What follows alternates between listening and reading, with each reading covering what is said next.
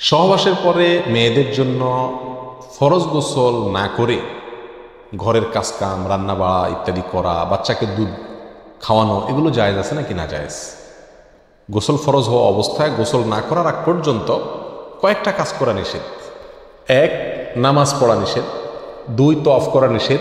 3, মসজিদে অবস্থান করা নিষেধ। 4, কোরআন স্পর্শ করা নিষেধ। 5, কোরআন পড়া নিষেধ। এই 5টি কাজ ছাড়া আর কোনো কাজ কিনা নিষেধ না।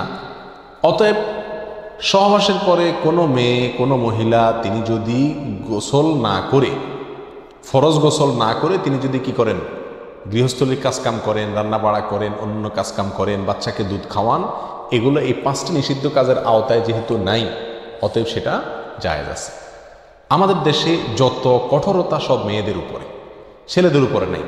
ছেলে গোসল ফরজ হয়েছে, 2-4 ঘন্টা শুয়ে রয়েছে বা এমনকি হাঁটাহাঁটি করছে, তাকে তেমন কেউ কিছু বলে না। সমস্ত চাপগুলা মেয়েদের উপরে। আর এই ফতোয়াগুলা মেয়েদের উপরে, ফতোয়াগুলা দেয়ও বেশিরভাগ মেয়েরাই। কথার কথা, ননদ আছে, শাশুড়ি আছে বা অন্য কেউ আছে বা জাল আছে, তো তারা খোঁচাইতে শুরু করে যে গোসল না করে বাচ্চাকে দুধ খাওয়াচ্ছে। কোনো বাচ্চা কাঁদতে কাঁদতে মরে যায় কিন্তু দুধ খাওয়ায় না, কেন? কারণ গোসল করেনি। তো এগুলো না জানা কারণ হয়েছে। ফরজ গোসল না করে 5টি কাজ করা নিষেধ, এর বাইরে আর কোনো কাজ নিষিদ্ধ না। অতএব এমনকি আপনি রোজাও রাখতে পারেন, কি ফরজ গোসল না করে রাখতে পারেন বলতে সাহারি খেতে পারেন, সাহারি খেয়ে রোজা শুরু করতে পারেন। তাহলে আপনি বাচ্চাকে দুধ খাওয়াতে পারবেন না, কে বলেছে? বাসায় কাজ করতে পারবেন না, কে বলেছে? তবে হ্যাঁ, যদি আপনি ফরজ গোসল একটু দেরিতে করতে চান কোনো কারণে, তাহলে সেক্ষেত্রে অন্যান্য কাজকামের সুবিধার জন্য ওযু করে নেওয়া উত্তম। সহিহ মুসলিমের এক হাদিসে আসছে, নবী আলাইহিস সালাম গোসল ফরজ হলে ওই অবস্থায় যদি কেউ ঘুমাইতে চায়, শুয়ে থাকতে চায় অথবা অন্য কোনো কাজ করতে চায়, তাহলে তাকে ওযু করে নেওয়ার পরামর্শ দিয়েছে। অতএব ওযু করে নিয়ে এরপর অন্যান্য কাজ করা উত্তম। এর বাইরে ওযু ছাড়া যে সে কিছু করতে পারবে না, ব্যাপারটা এরকম না। একবার আবু হুরায়রা রাদিয়াল্লাহু তাআলা আনহু, তার সাথে নবী আলাইহিস সালামের দেখা হয়েছে কোনো এক রাস্তায়, এই অবস্থায় যে তার গোসল ফরজ হয়েছিল। তো আবু হুরায়রা রাদিয়াল্লাহু তাআলা রাসূলুল্লাহ সাল্লাল্লাহু আলাইহি ওয়াসাল্লামকে দেখে এড়াইয়া চলে গেছেন, একরকম পালাইয়া চলে যাওয়ার মতো, যায় তাড়াতাড়ি করে গোসল টোসল করে তারপরে আসলেন। নবী আলাইহিস সালাম জিজ্ঞাসা করলেন, আবু হুরায়রা তুমি কই গেছিলা, তোমার দেখলাম?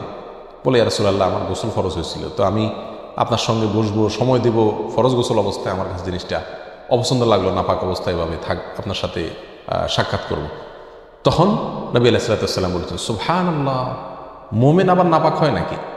অর্থাৎ এটা তো একেবারে তোমার পুরো বডি নাপাক হয়ে গেছে, টাচ করলে আমি নাপাক হয়ে যাবে, ব্যাপারটা তো এরকম না, তুমি এটাকে এত কঠিনভাবে নিয়েছো। তাহলে এই সব হাদিসগুলোকে সামনে রাখলে মোটামুটি পরিষ্কার হয়ে যায়। আমাদের আয়েশা রাদিয়াল্লাহু তাআলা আনহা থেকে এক হাদিসে আসছে, তাকে জিজ্ঞাসা করা হয়েছিল যে নবী আলাইহিস সালাম গোসল ফরজ হলে তিনি ঘুমাতেন কিনা। তিনি বলেছেন হ্যাঁ ঘুমাতেন। কোনো কোনো বর্ণনা আসছে উযু করা ছাড়াও ঘুমাতেন। তাহলে বোঝা গেল উযু করে নিয়ে ঘুমানো, উযু করে নিয়ে কাজকাম করা উত্তম, কিন্তু আপনি যদি নাও করেন তাতে কি হবে না, কোনো গুনাহ এতে হবে না।